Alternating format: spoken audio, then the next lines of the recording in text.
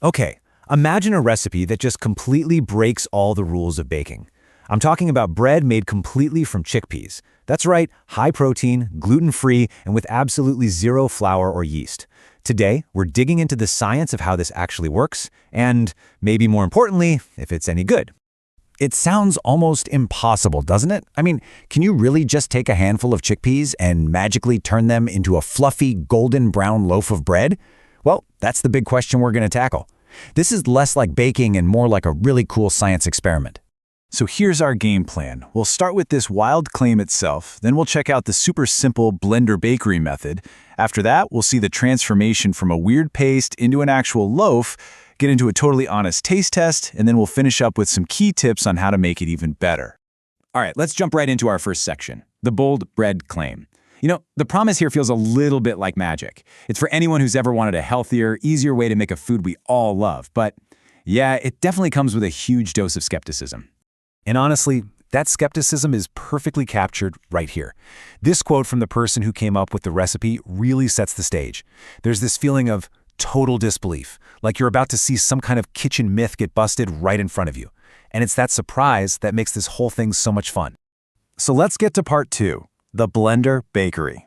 The absolute best part of this recipe is just how simple it is. Seriously, there's no fancy equipment, no kneading until your arms fall off, no waiting for dough to rise. The source basically says, if you've got a blender, you've got a bakery. Now, when you look at the ingredients, you can start to see where the magic comes from. You've got your chickpeas, of course, and listen, this is super important. They have to be dried and soaked, not the canned kind. But the real heroes here, the things that give it structure, are the flaxmeal and the psyllium husk. They're doing the job that gluten would normally do in regular bread. And the process itself, it's brilliantly simple. First, you just blend the soaked chickpeas in water until you've got this perfectly smooth paste. That's your base. Then, you toss in all the other ingredients and bam. The mixture turns into this thick, dough-like paste almost instantly. It's super quick and really satisfying to watch. Which brings us to section 3, from paste to loaf.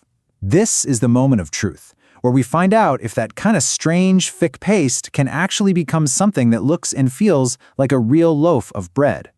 So the final steps are pretty straightforward. You shape it, maybe add some toppings, and then you bake it. But you gotta pay attention to that last step, cooling. If you slice into this loaf too early, it's gonna be gummy. The inside needs a full hour to set properly. So patience is absolutely key here. And wow, this really shows you the result. I mean, just look at it. Visually, it's a total win. It's golden brown, it looks fluffy. If you didn't know what it was made of, you would never guess chickpeas. It's that no way this worked moment from the beginning, but it looks like it did. Which leads us to, well, probably the most important part of this whole thing, the honest taste test. Because looks can be deceiving, right? So how does it actually taste? So the verdict is interesting. It's totally split down the middle. On the one hand, the texture is a huge success. It's soft, it's moist, and it's surprisingly light, not a dense brick at all.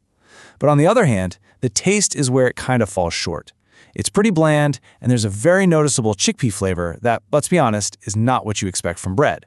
And that brings us to the final score for the bread, if you just eat it plain, a 5.5 out of 10. It's a perfectly average score that really captures that split feeling. It's not bad, but it's not exactly great either.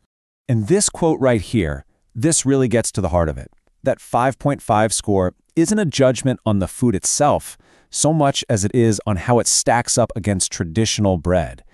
If you can kind of separate those two things in your head and just see this as its own thing, like a high-protein, savory chickpea loaf, then its value totally changes. So let's move into our final section and see where this is going, how to make it better.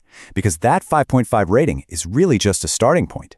Think of this loaf as a blank canvas, just waiting for you to unlock its real potential. And here's how you do it. That blandness is super easy to fix.